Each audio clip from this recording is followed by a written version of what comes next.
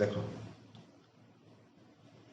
इस क्वेश्चन को अगर तुम देखोगे तो इस क्वेश्चन में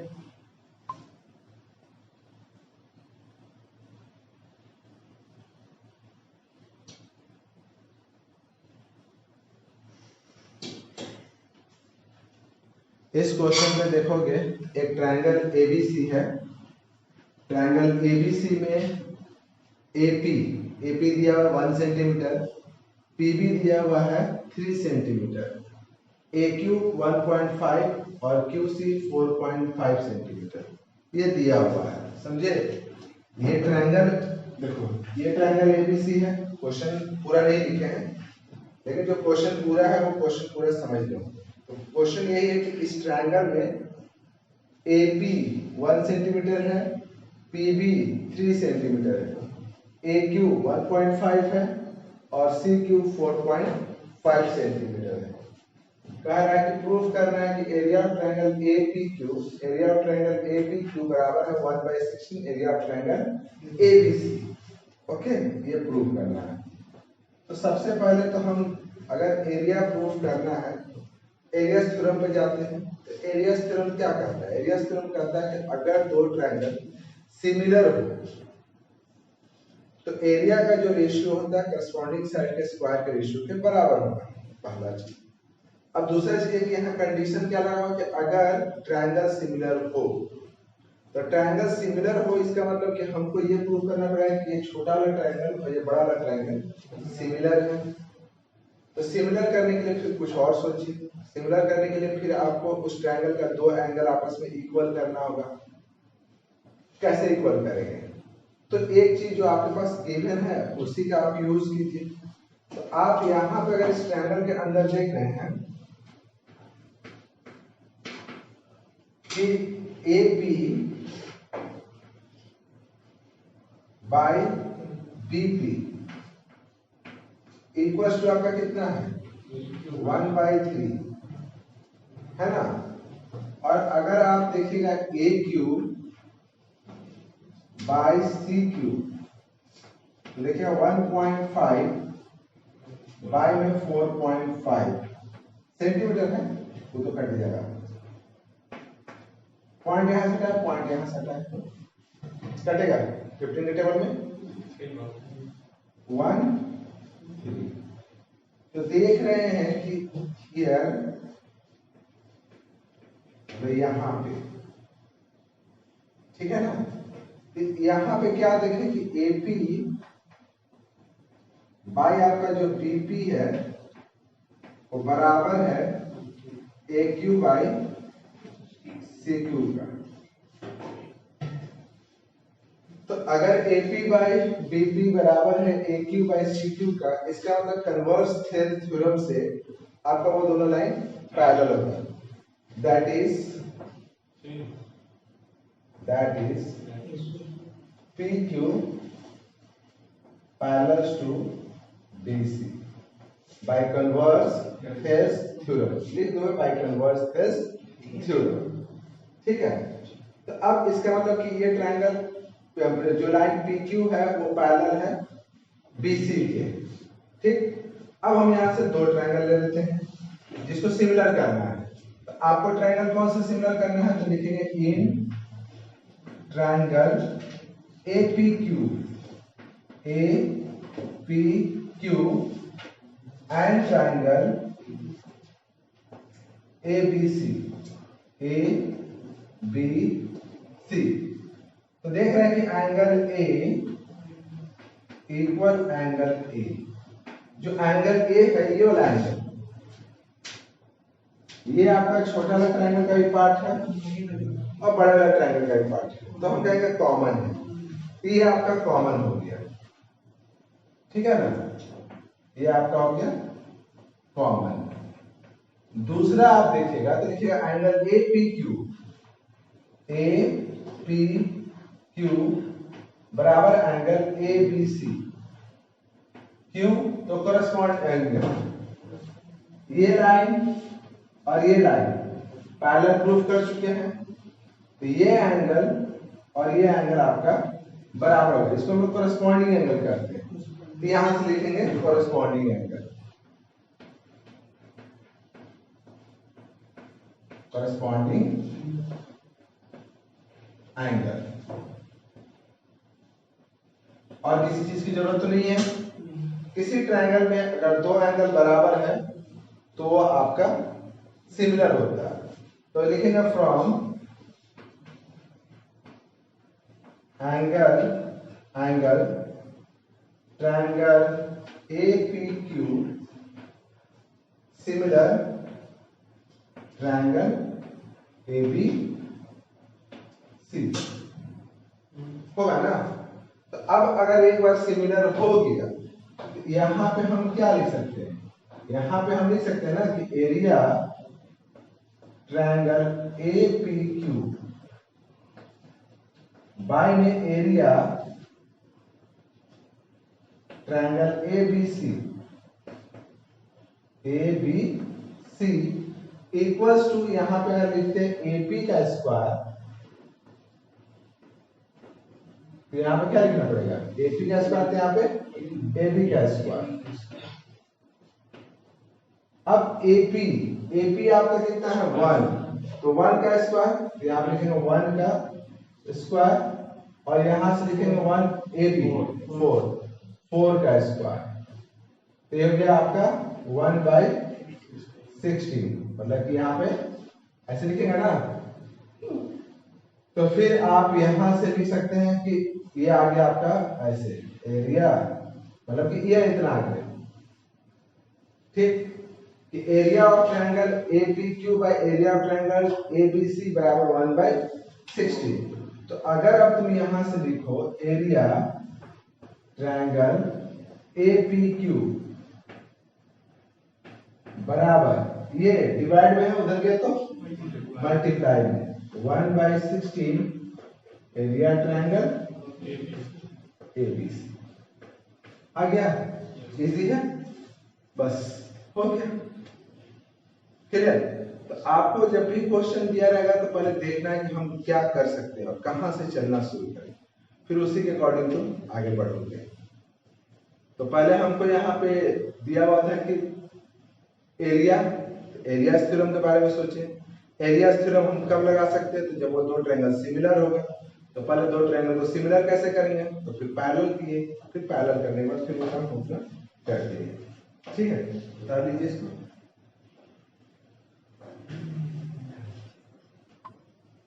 इस क्वेश्चन में भी देखोगे तो लिखा हुआ है कि इन द गिवन फिगर, यहाँ पे दे दिया है आपका, पिछले क्वेश्चन में था कि पैरेलल नहीं दिया हुआ था, यहाँ पे तो आपको डायरेक्ट दे दिया कि DE is parallel to BC। DE जो है BC के पैरेलल है और DE जो है 3 सेंटीमीटर है, BC जो है आपका 6 सेंटीमीटर है। एरिया ऑफ ADE, ऊपर छोटा वाला ट्रायंगल का एरिया दिया है 15 सेंटीमीटर और बड़ा वाला एरिया निकालना है। तो सबसे पहले तो आप सिंपल सा प्रूव कर दीजिए कि ट्रायंगल ADE। तो आप यहाँ पे सॉल्यूशन में आइए और पहले सिमिलर प्रूव कीजिए। लिखिएगा in triangle ADE and triangle ABC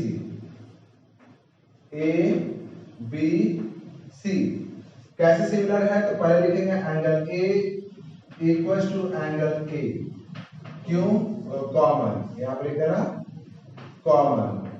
और दूसरा लिखना कि एंगल ADE बराबर एंगल ABC। पिछले क्वेश्चन में बताया है इसलिए ज्यादा नहीं आपका टाइम लेंगे। करस्पॉन्डिंग एंगल, ठीक है ना, यहाँ पे लिख देना करस्पॉन्डिंग एंगल। तो फ्रॉम एंगल आपका ट्रायंगल ADE सिमिलर हो गया ट्रायंगल ABC का। इसका मतलब हो गया कि एरिया ट्रायंगल ADE बाय में area triangle ABC equals to, अब यहाँ पे साइड क्या दिया हुआ है AD नहीं लेंगे क्योंकि AD का वैल्यू हमको पता नहीं है। DE, अच्छा हाँ DE पता है, यहाँ पर अगर लिखेंगे DE का स्क्वायर तो यहाँ पे क्या लिखेंगे BC का स्क्वायर। ठीक, अब वैल्यू पुट कर दीजिए, तो आप एरिया ऑफ ADE दिया 15 सेंटीमीटर स्क्वायर, तो 15 सेंटीमीटर स्क्वायर। यहां आप लिखेंगे एरिया ट्रायंगल ABC, फिर यहां पे लिखेंगे DE आपका दिया हुआ 3 सेंटीमीटर, तो 3 सेंटीमीटर का स्क्वायर, और फिर यहां नीचे लिखेंगे 6 सेंटीमीटर का स्क्वायर, ठीक ना। फिर यहां से आगे आपका 15 सेंटीमीटर स्क्वायर बाय में एरिया ट्रायंगल ABC बराबर कितना हो गया, 3 का स्क्वायर हो गया 9 सेंटीमीटर स्क्वायर, और यहां से हो गया 36 सेंटीमीटर स्क्वायर। इससे कट गया 9 से कट गया कितने बार में, 4 बार में, ये हो गया 1। क्रॉस मल्टीप्लाई करेंगे तो एरिया ट्रायंगल ABC इक्वल हो गया 15 इंटू 4 सेंटीमीटर स्क्वायर, मतलब कि 60 सेंटीमीटर स्क्वायर। क्लियर है, क्लियर है ना, ठीक है। सेम पिछले क्वेश्चन की तरह था, पिछले क्वेश्चन से समझो आसानी था। देखो इस क्वेश्चन में दिया हुआ है कि triangle ABC is a right angle triangle, right angle at A. ABC जो है वो राइट एंगल ट्रायंगल है, और राइट एंगल जो है आपका वो ए पे है, ठीक है ना। And AD perpendicular on BC, AD जो है BC पे परपेंडिकुलर है। BC दिया 13 सेंटीमीटर, AC दिया 5 सेंटीमीटर। फाइंड करना है रेशियो, तो रेशियो फाइंड करना है तो हमको पता है ना कि एरिया का रेशियो इक्वल होता है करस्पॉन्डिंग साइड के स्क्वायर के रेशियो के बराबर। लेकिन शर्त क्या है, वहां पे कंडीशन ये है कि दोनों ट्रायंगल सिमिलर होना चाहिए, सिमिलर होगा तो ही।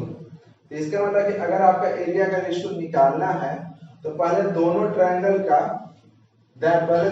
को सिमिलर आपको करना होगा।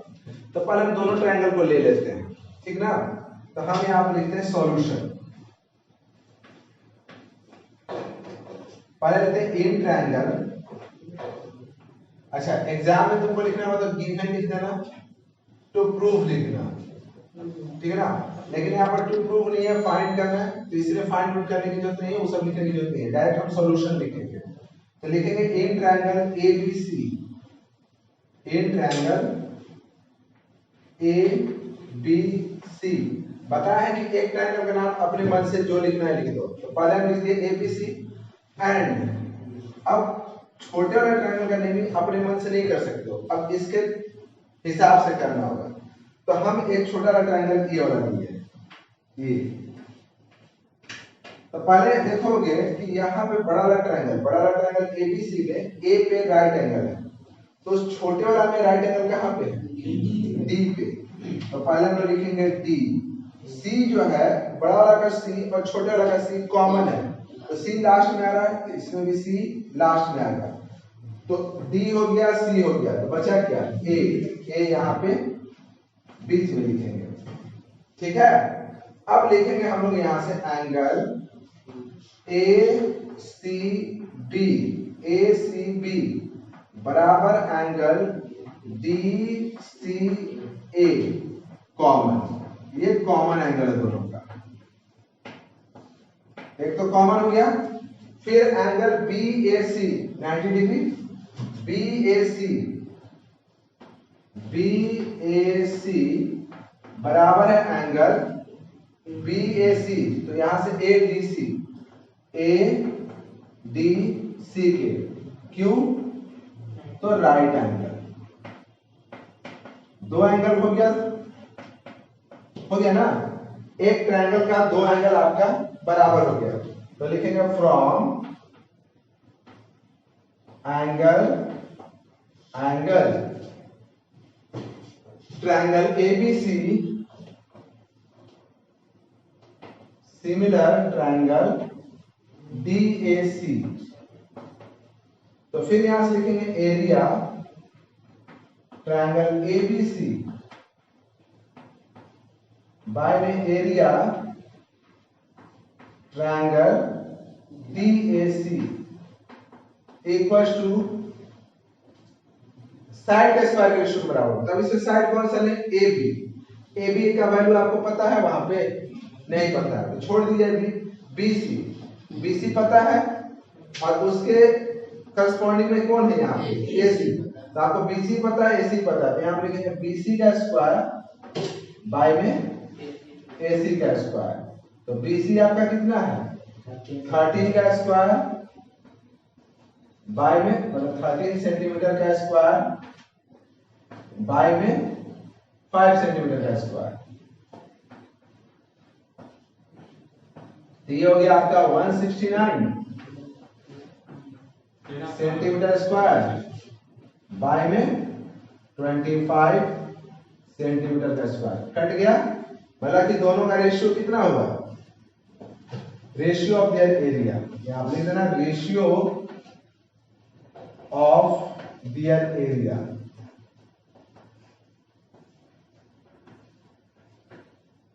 is 169 is to 25। दोनों का एरिया का जो रेशियो होगा 169 is to 25 होगा। क्लियर है? मतलब कि जब भी सिमिलर ट्रायंगल कर लोगे फिर साइड जो लेना वाला तो चेक कर लेना कि कौन सा साइड मेरा गिवन है, और जो गिवन साइड होगा बस उसी को लेना, ठीक ना? देखो इन द गिवन फिगर, ये जो फिगर है DE BC के पैरेलल है और DE और BC का जो रेशियो है 3:5 है। कैलकुलेट करना है the ratio of the area of triangle ADE and इस ट्रेपेजियम का, ठीक है ना? थोड़ा सा क्वेश्चन ट्विस्ट किया है। अब इसमें आपको उतना डाउट नहीं करना, मतलब उतना दिमाग नहीं लगाना है। अब हमको क्या करना है, इसका एरिया, देखो इस क्वेश्चन में तुम्हारा दिया हुआ है कि एक ट्रायंगल ABC है और ट्रायंगल ABC में D is the midpoint of AB and A is the midpoint of AC। तो हम लोग पढ़े हैं क्लास 9 में मिड पॉइंट थ्योरम। तो मिड पॉइंट थ्योरम ये था कि किसी भी ट्रायंगल में किसी दो साइड के मिड पॉइंट को अगर हम ज्वाइन करें तो थर्ड साइड का पैरेलल होगा, ठीक है ना? यहाँ पर हम लिख देंगे कि since D and E are midpoint of AB and AC, therefore क्या? therefore DE पैरेलल होगा BC के। पहला तो मिड पॉइंट थ्योरम कहता है कि DE जो होगा BC के पैरेलल होगा, और दूसरा ये भी कहता है कि DE जो है वो हाफ होगा BC का। तो हम यहाँ पे लिख सकते हैं कि DE equal to half BC, और यहाँ पे from mid point theorem, from mid point theorem, mid point theorem. ये मिड पॉइंट थ्योरम होता है जो क्लास 9 में पढ़े। तो दूसरी चीज है कि अब तो पता चल गया कि हमको DE पैरेलल है BC के।